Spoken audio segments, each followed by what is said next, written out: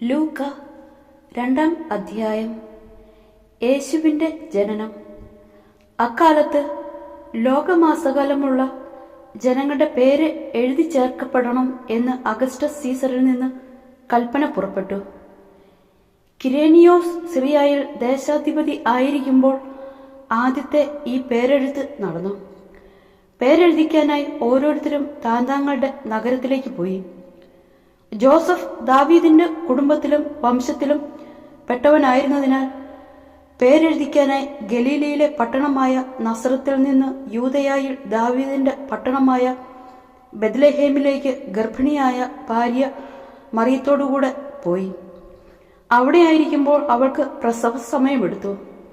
അവൾ തന്റെ കടിഞ്ഞൂൽ പുത്രനെ പ്രസവിച്ചു. അവനെ പിള്ളക്കച്ചുകൊണ്ട് പൊതിഞ്ഞ് പുൽത്തൊട്ടിയിൽ കിടത്തി. കാരണം സത്രത്തിൽ അവർക്ക് സ്ഥലം ലഭിച്ചില്ല. ആട്ടിടയന്മാർക്ക് ലഭിച്ച സന്ദേശം.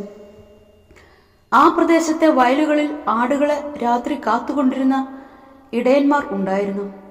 കർത്താവിന്റെ ദൂതൻ അവരുടെ അടുത്തെത്തി. കർത്താവിന്റെ മഹത്വം അവരുടെ മേൽ പ്രകാശിച്ചു.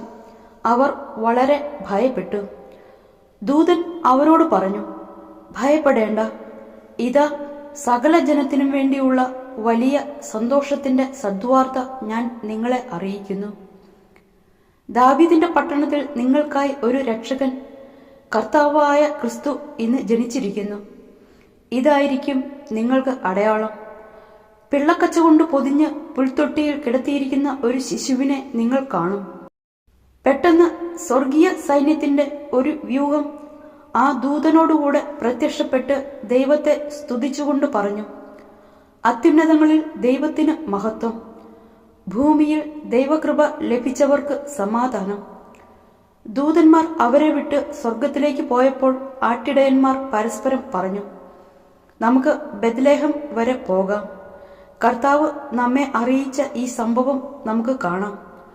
അവർ അതിവേഗം പോയി മറിയത്തെയും ജോസഫിനെയും പുൽത്തൊട്ടിയിൽ കിടക്കുന്ന ശിശുവിനെയും കണ്ടു. അനന്തരം ശിശുവിനെക്കുറിച്ച് തങ്ങളോട് പറയപ്പെട്ട കാര്യങ്ങൾ മറ്റുള്ളവരെ അവർ അറിയിച്ചു. അത് കേട്ടവരെല്ലാം ഇടയന്മാർ തങ്ങളോട് പറഞ്ഞ സംഗതികളെക്കുറിച്ച് അത്ഭുതപ്പെട്ടു. മറിയമാകട്ടെ ഇവയെല്ലാം ഹൃദയത്തിൽ സംഗ്രഹിച്ച് ഗാഢമായി ചിന്തിച്ചുകൊണ്ടിരുന്നു. തങ്ങളോട് പറയപ്പെട്ടതുപോലെ കാണുകയും കേൾക്കുകയും ചെയ്ത സകല കാര്യങ്ങളെയും കുറിച്ച് ദൈവത്തെ മഹത്വപ്പെടുത്തുകയും സ്തുതിക്കുകയും ചെയ്തതുകൊണ്ട് ആ ഇടയന്മാർ തിരിച്ചുപോയി.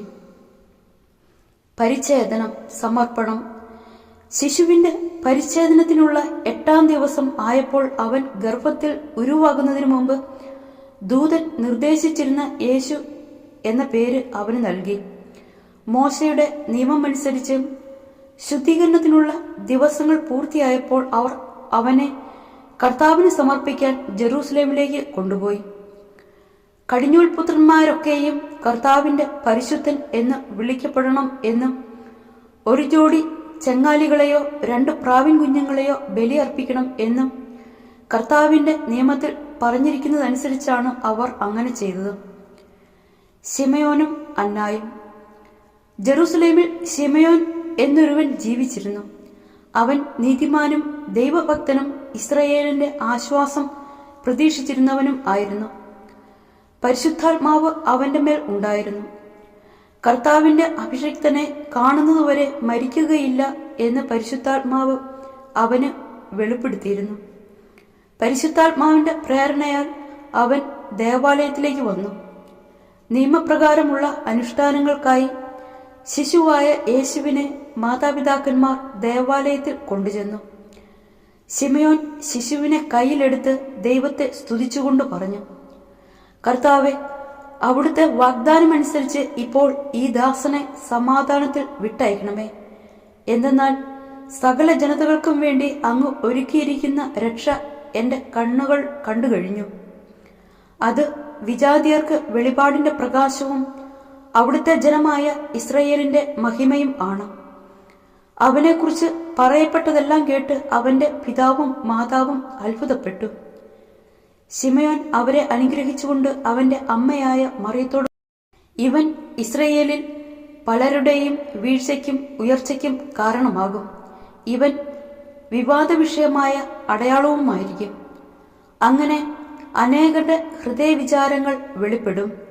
നിന്റെ ഹൃദയത്തിലൂടെ ഒരു വാൾ തുളച്ചു കയറുകയും ചെയ്യും. ഫനുവേലിന്റെ പുത്രിയും ആഷേർ വംശജയുമായ അന്ന എന്നൊരു പ്രവാചികയും അവിടെ ഉണ്ടായിരുന്നു. ഇവൾ കന്യകാപ്രായം മുതൽ 7 വർഷം ഭർത്താവിനോടൊത്ത് ജീവിച്ചു. 84 വയസ്സായ ഈ വിധവ ദേവാലയം വിട്ടുപോകാതെ രാപകൽ ദൈവത്തെ സ്തുതിച്ചുകൊണ്ട് ഉപവാസത്തിലും പ്രാർത്ഥനയിലും കഴിയുകയായിരുന്നു. അവൾ അപ്പോൾ തന്നെ മുമ്പോട്ട് വന്ന് ദൈവത്തെ സ്തുതിക്കുകയും ജെറൂസലേമിൽ രക്ഷ പ്രതീക്ഷിച്ചുകൊണ്ടിരുന്ന എല്ലാവരോടും ശിശുവിനെക്കുറിച്ച് സംസാരിക്കുകയും ചെയ്തു.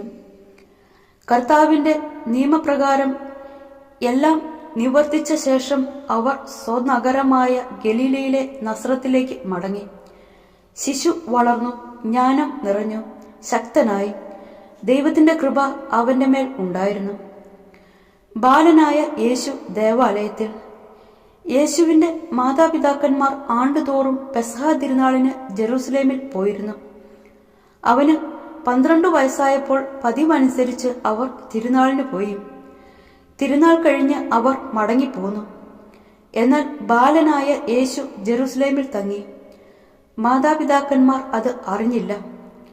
അവൻ യാത്രാസംഘത്തിന്റെ കൂടെ കാണും എന്ന് വിചാരിച്ച് അവർ ഒരു ദിവസത്തെ വഴി പിന്നിട്ടു. ബന്ധുക്കളുടെയും പരിചയക്കാരുടെയും ഇടയിൽ അന്വേഷിച്ചിട്ട് കാണായികയാൽ യേശുവിനെ തിരക്കി അവർ ജെറൂസലേമിലേക്ക് തിരിച്ചുപോയി. 3 ദിവസങ്ങൾക്ക് ശേഷം അവർ അവനെ ദേവാലയത്തിൽ കണ്ടെത്തി. അവൻ ഉപാധ്യായന്മാരുടെ ഇടയിലിരുന്ന് അവർ പറയുന്നത് കേൾക്കുകയും അവരോട് ചോദ്യങ്ങൾ ചോദിക്കുകയും ചെയ്യുകയായിരുന്നു. കേട്ടവരെല്ലാം അവന്റെ ബുദ്ധിശക്തിയിലും മറുപടികളിലും അത്ഭുതപ്പെട്ടു. അവനെ കണ്ടപ്പോൾ മാതാപിതാക്കൾ വിസ്മയിച്ചു. അവന്റെ അമ്മ അവനോട് പറഞ്ഞു, "മകനെ, നീ ഞങ്ങളോട് ഇങ്ങനെ ചെയ്തതെന്ത്? നിന്റെ പിതാവും ഞാനും ഉത്കണ്ഠയോടെ നിന്നെ അന്വേഷിക്കുകയായിരുന്നു." അവൻ അവരോട് ചോദിച്ചു, "നിങ്ങൾ എന്തിനാണ് എന്നെ അന്വേഷിച്ചത്? ഞാൻ എൻ്റെ പിതാവിൻ്റെ കാര്യങ്ങളിൽ വ്യാപൃതനായിരിക്കേണ്ടതാണെന്ന് നിങ്ങൾ അറിയുന്നില്ലേ?" അവൻ തങ്ങളോട് പറഞ്ഞതെന്തെന്ന് അവർ ഗ്രഹിച്ചു. പിന്നെ അവൻ അവരോടൊപ്പം പുറപ്പെട്ട് നസ്രത്തിൽ വന്ന് അവർക്ക് വിധേയനായി ജീവിച്ചു. അവന്റെ അമ്മ ഇക്കാര്യങ്ങളെല്ലാം ഹൃദയത്തിൽ സംഗ്രഹിച്ചു. യേശു ജ്ഞാനത്തിലും പ്രായത്തിലും ദൈവത്തിന്റെയും മനുഷ്യരുടെയും പ്രീതിയിലും വളർന്നു വന്നു.